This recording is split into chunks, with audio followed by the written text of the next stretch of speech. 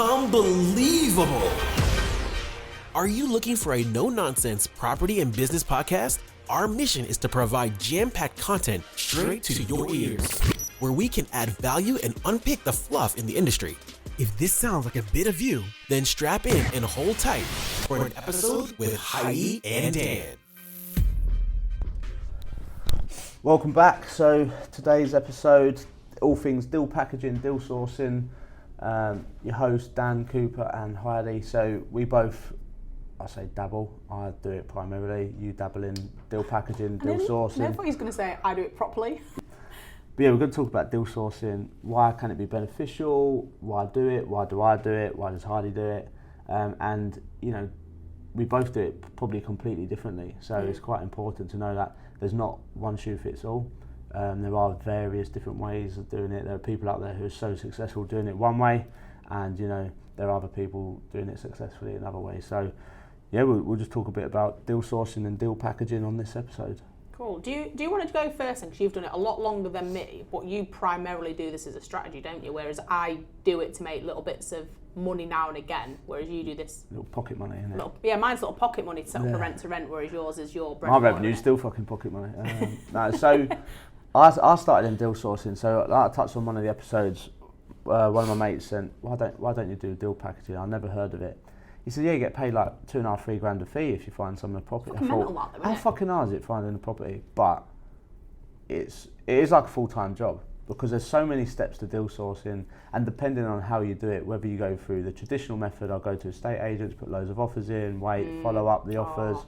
I've never secured a deal through an estate agent, not one. I have, but it fell on its arse. But it's not my preferred method. Actually, one, and the COVID one, the first one fell out of bed. It falls on its arse a bit, and then it's just another thing you've got to consider, isn't it, within it? That's a lie, actually. I have, but to our overseas investors, because back to be fair, a lot of mine have. I'm just talking bullshit now. Yeah. I have, but a few of them have been through agents, but the criteria for our overseas investors were completely different for some of our investors. So they worked. All they wanted is someone on the ground to find them a good property in a reputable area that rent well, that meets their ROI criteria. Cool. And yeah, they chose Hull. So they wanted to work with experienced people. So Jocelyn and I, so we're business partners. These Four Walls Property is our sourcing company. This is recent. We've recently joined together. Jocelyn has These Four Walls Property, and I ran Element Property Solutions. People may know me for that. Source, project managed stuff for myself and for other investors as well. So done fair few projects, investors that have come back and now asked me to sell on some of their portfolio. So it does go full circles. But going back, the reason I started is I didn't have a deposit. I didn't have money to buy a property. So I thought, lucrative way, $3,000 every now and then, 10 deals a month, smashing it. 10 deals a month? That'd be the plan. What a dream. But it is difficult. You have to obviously understand property, like, what works are needed, if needed, how to work out comparables, how to work out, can you negotiate? You need to be good at negotiation. Obviously, I deal with a lot of vendors, and I don't like dealing with agents because they're like a gatekeeper, aren't they? I like being able to speak to the vendors, understanding their situation, why they want to move, why they want to sell, and then obviously secure deals that way. But you have to see, can you add value as well? Can you add value? Can you secure a property at a certain price and then add it onto a 10-year lease with a social care provider? Because that is obviously fantastic value. 10 years, guaranteed rent, no management fees, no maintenance, etc. So that's just one way. There's obviously other methods, refurbishing, adding extensions, going out to loft, blah, blah, blah. Conversions, buy-to-let, HMO. So there's so many different strategies, but I'll say pick one and sort of focus on that and then you'll grow. So the reason I started is obviously to get into property, didn't have the money, so I started sourcing. So learned various different methods, learned how to do it, paid for a little bits of training on it, and just went out there looking at properties, offering on properties. I started to piss a few agents off, I think. But then what happens as you develop and you grow and people know who you are and you do one deal, you do another deal, people then, through word of mouth, will come to you whether they want to buy a property or they want to sell a property. So now, starting back in 2019, I had probably a few investors They wanted all money out deals. I said, yeah, I'll try to find them. But then that was my naivety starting off thinking, yeah, I'll go and source anything. They're not the people you want to work with. Deal sourcing, deal packaging is all about understanding what your investor wants. You know, some people, I have some investors who, like I said, some overseas investors, you know, want to build a portfolio in the UK because it's less volatile, more stable for their money back in the countries where they reside at the minute. But then there's also people who want to use business profits, who don't have the time to go and find property, to use a trusted, whether you call them sourcer, you know, investment consultant, you know, so many. Oh, that's a good one. Might change mine to that. No, I don't like that one. Oh. No, I don't like that one. I'm going to use it now. Yeah, do it. But like, there's so many. They just want someone who is prevalent in an area, knows it will perform well, and can help build them a portfolio over time. So when they look to wind down their business in the future, they have, you know, an asset, a company full of assets that they can either sell off or, you know, do whatever they want with, live off the income. So there's so many different types of investors. So I guess it's worth finding out who your target market is, what investors do you want to be dealing with, what strategy, do you want to go HMOs, buy-to-lets. There's so many things to consider. So Jocelyn and I, we actually focus on quite a lot. So we both invest in the local area, we both have buy-to-lets, we both have properties here. I have lettings and management company. So we can offer a full end-to-end solution. We'll find you a property, but then I can do the ongoing lettings and management as well. We've both done refurbishments on projects, so we're not wet behind the ears, you know, in terms of what we can offer. That was very Cockney, that, wasn't it? Not wet behind the ears. Yeah, very Cockney, that. Yeah.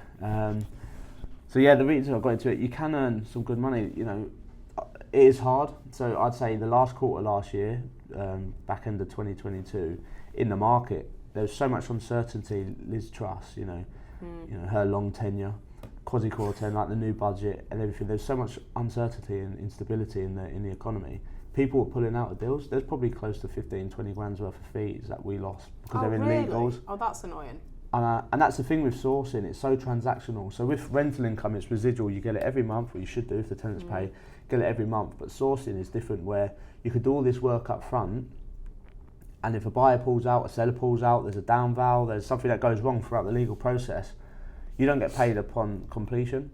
So if something happens, you can lose a fee. Is that when you get, so this is one of the myths sort of in property sourcing, do you get paid after completion then?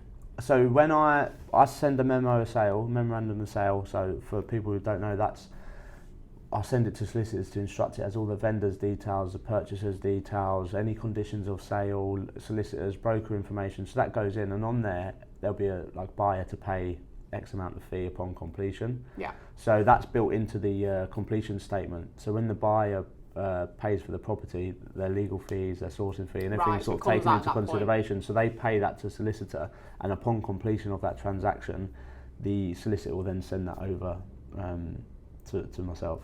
Right, yeah, because this as well, this could take, I've sold some properties and I didn't get fees for 4 months. So again, it's and the rest, I've got some probably I had one through no fault of my own.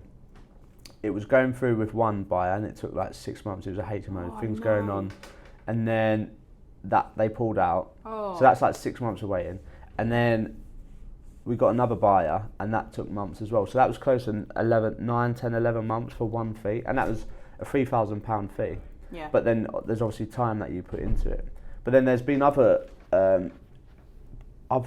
times where the best deal, or like let's say the quickest, most efficient deal was 10 properties, the vendor wanted X amount, agreed X amount, and we were selling to a fund. So there's so many buyers, whether individuals, you've got pension funds, real estate investment trusts, they're all looking. They bought a portfolio of 10 properties within 3 weeks, cash. Wow. No mortgages, no valuations, no surveys. As long as it looked okay on paper, got paid a 10 grand fee in 3 weeks. That's awesome. That is like that was sick, isn't it? And that can happen. But then at the same time, we've got one been going through ages, and this is a co-source deal. It's like £1,000 each for 3 people, and it's like it could be so good, or take ages to get little. So it's sales, isn't it? You need to fill your pipeline. You always need to have a pipeline of properties, because, like you say, it can take months. So you want to make sure that you've got this continuous wheel of deals, a deal flow coming through.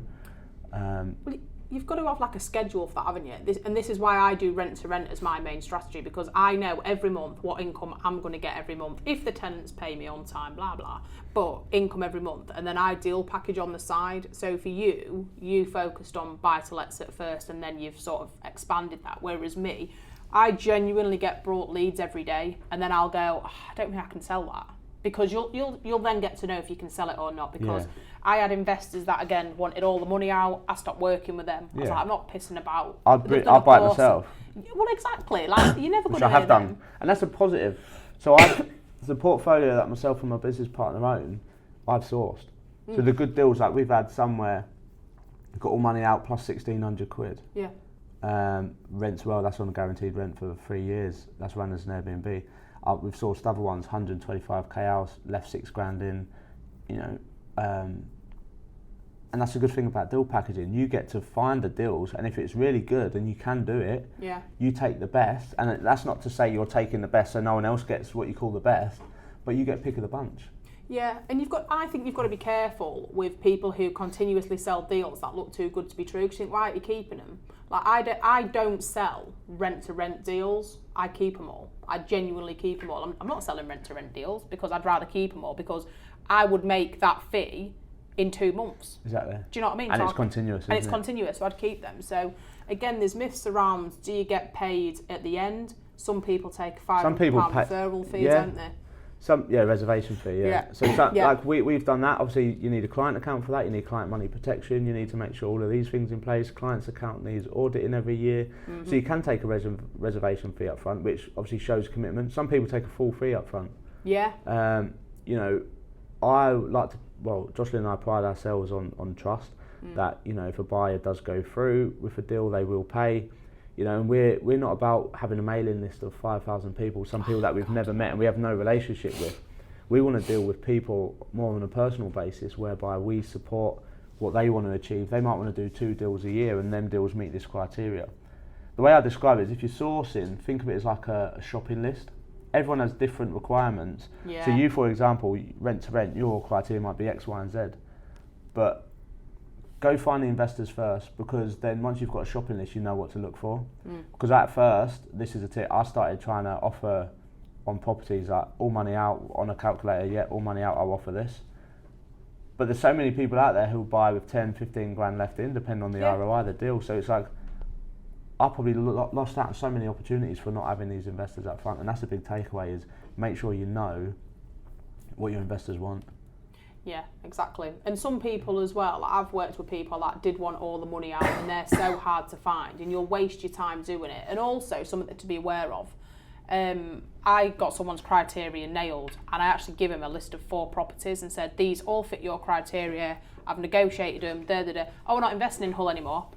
And I wasted all my time. For fuck's sake. So there's things like that as well to be aware of. But so there are companies and they're very successful, turnover a lot, and they've built this reputation, so they can do this. But what they'll do is they have a hands-free reservation agreement. Basically, it's me saying, if I find you this, you take it. If you don't, we can keep your fee type thing. Yeah. And you pay a full fee up front, and then on that deal, once it completes, obviously that fee's ours. But after that, you then pay us another fee, and we'll go find you your second. So you're tied into 2, but as long as it meets that criteria, you have to go ahead. And you think that's over 4k a deal, 2 of them, you've got 10 investors, Yeah, it can become lucrative. Yeah, exactly. And there's some investors that I've only worked with one of these because I like him, but that he's had all the money, all the deals out, no money. What do you want me saying? All money out deals, and they go to him because I know we'll buy them. Whereas other people go, oh, actually, I don't want it on there, and they start becoming picky. But I've also been in, and there's a co-sourcing thing as well, isn't there? Like you said before, they can go in full circle where you're pretty much buying your own property. And I got put in WhatsApp groups with 30, 40 other co-sourcers, and a deal will get dropped and everyone's scrambling over it. And I was like, I'm not doing that. And there was in areas I'd never even been to. Yeah. Do you know what I mean? It's like, I'm not going to sell a property in that area when I've got other people scrabbling as well. So like you say, if you get direct to vendor and you build that trust up, and you've got a list of investors you will work with, happy days. But until you've got that and you know what you want to do, it's challenging. It is. It can be hard. It can be a full-time job. It literally can. And we focus on our local area. Why? Because we know it. Because we know the areas. We know the streets. We can manage it. You know, we could do the refurbs. You could project manage. Like, there are so many benefits to sourcing in your area. A lot of people do source nationwide, and fair play. Like, if they do that, that's their strategy and it works for them. Yeah, you've got to put the time in. You've got to put the time in. Yeah, you've still got to travel. You've still got to drive. You can outsource it. Let's say you have a mate down south. They can do viewings for you. You can use Viewber. After you use Viewber, they go do viewings and let people in. If an investor. So I was selling a HMO. There was an issue with the licensing actually once it come out, but he wanted to view the property. I didn't want to go to Doncaster / couldn't go to Doncaster, and just paid for a Viewber, 40 quid, 37 quid. They go, get the keys, open up, they can look round. So there are ways where you can systemize and outsource it. It depends on, you know, your business model. But we do local area. We have sold properties outside of the area, and that's because these set properties achieve a certain metric which fits pension funds, like buyers, and we work with people who represent these buyers. So, you know, start small and it can get lucrative and it can grow. Well, to start as well, if you really, because the way I started out deal packaging, I wasn't compliant, I'd not done any training. I was going to touch on that next, compliance. Yeah. I wasn't compliant, I hadn't done any property training, but because I was gobby and northern, people were coming to me with deals all the time, and I thought, what the fuck am I meant to do with these? I don't know what I'm doing with this.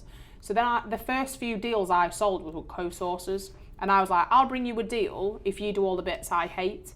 And I was happy to split the fee because I wasn't really doing the work. And I forgot to say, some of them were with agents. So agents were bringing me deals. They'd off-market deals as well. Agents were bringing me deals. I would give it to a co-sourcer. They'd do all the work. I'd get because it was 3 deals, 4.5 grand dropped into my bank account. And I was like, fucking hell, piss. So if you are really starting out and you've got some deals, reach out and build trust with a co-sourcer. There's only a few people I will now work with because it's easier. Like, I'll come to you and go, I've got this. Shall we have a look at this together? We were looking bringing someone on to like on a self-employed model. Either they pay us like a small fee a month to use all our branding and to like use our investor network and things like that, and then they go do the viewings and bring on investors. We obviously do all the pre-qualification and all the sort of onboarding calls. And we'll go through like stages and processes of deal sourcing because there are a lot. This is more of a generic episode, really. Yeah, we'll have to go into detail, won't we, to add value to people. Yeah, definitely. But yeah, like you could get someone doing all like the legwork for you. You can have someone in admin. Like we hired a virtual assistant to do, like they scrape just for our overseas investors. They would scrape certain properties in certain areas that have a certain yield and metric and run it through a calculator. So we didn't have to do that. We just had to view it because we knew it already met the criteria. Didn't work out well because you know.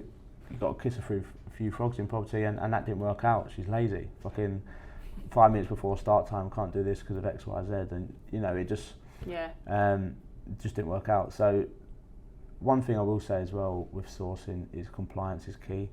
You know, you need to make sure you are compliant.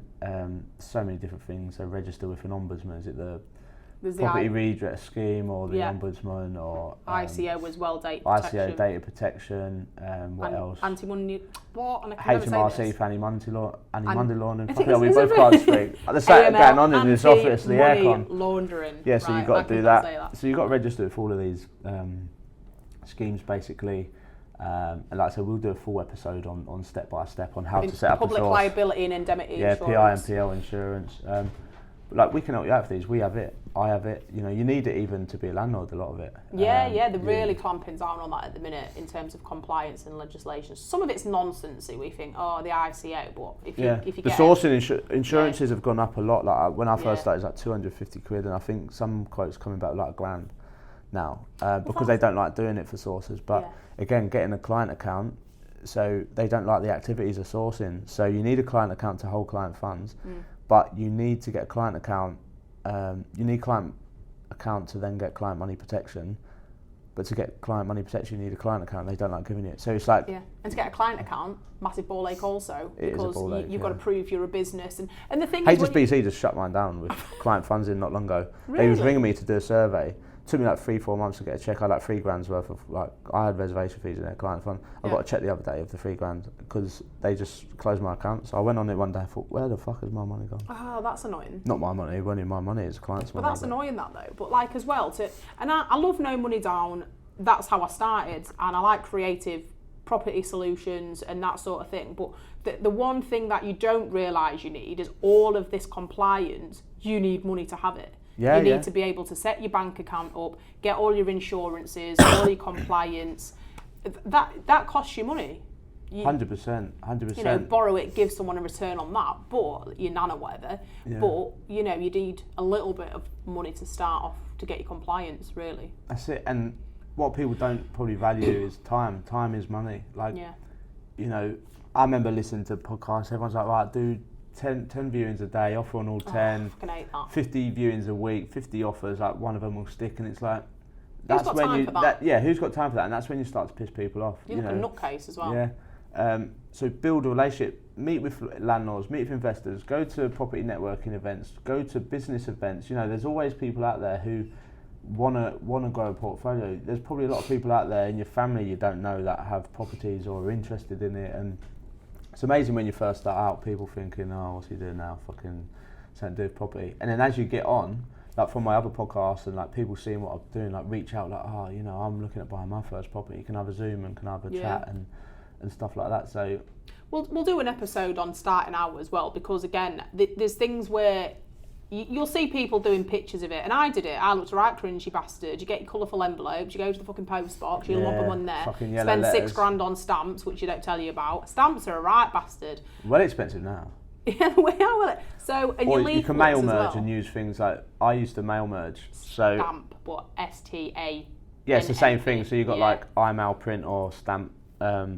I used to go on land registry and find a street, because I knew them properties are sold. They're not, well, they could be tenanted, but there's home of it. And I used to put it all into a CSV file, mail merge a certain letter, and then just send it.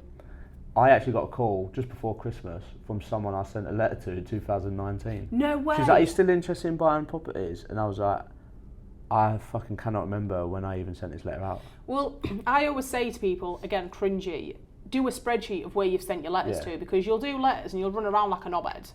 But now I don't send leaflets out, and I don't send letters out, and I haven't done for almost 2 years now, because I don't need to, because it's all about your word of mouth. Yeah, mine's word of mouth now, and it's to getting that point from starting to word of mouth. But yeah, we'll touch on this because we can. I just did everything up. Yeah, like I just did everything. I did leaflets, letters, networking. Get your steps in. That's my positive. Going through agents, offering like the first deal I secured, I actually formed a business with the buyer. So Tracy is my business partner. We have a fantastic relationship, business. And that the first property I sourced and project managed, she actually bought through social media. So I actually went and met the owner of the property, because the agent couldn't do the viewing. It was on a Sunday morning. And I worked out, before I got there, I was going to offer 67,500. And he got there and I was chatting to him and he's like, oh, these fucking home buying companies offered me less than 70 grand, blah, blah, blah. So I was like, right, I'm not going to do an offer. Anyway, long story short, I managed to secure it for 66,750. So 750 quid more than what I was originally going to offer. Yeah.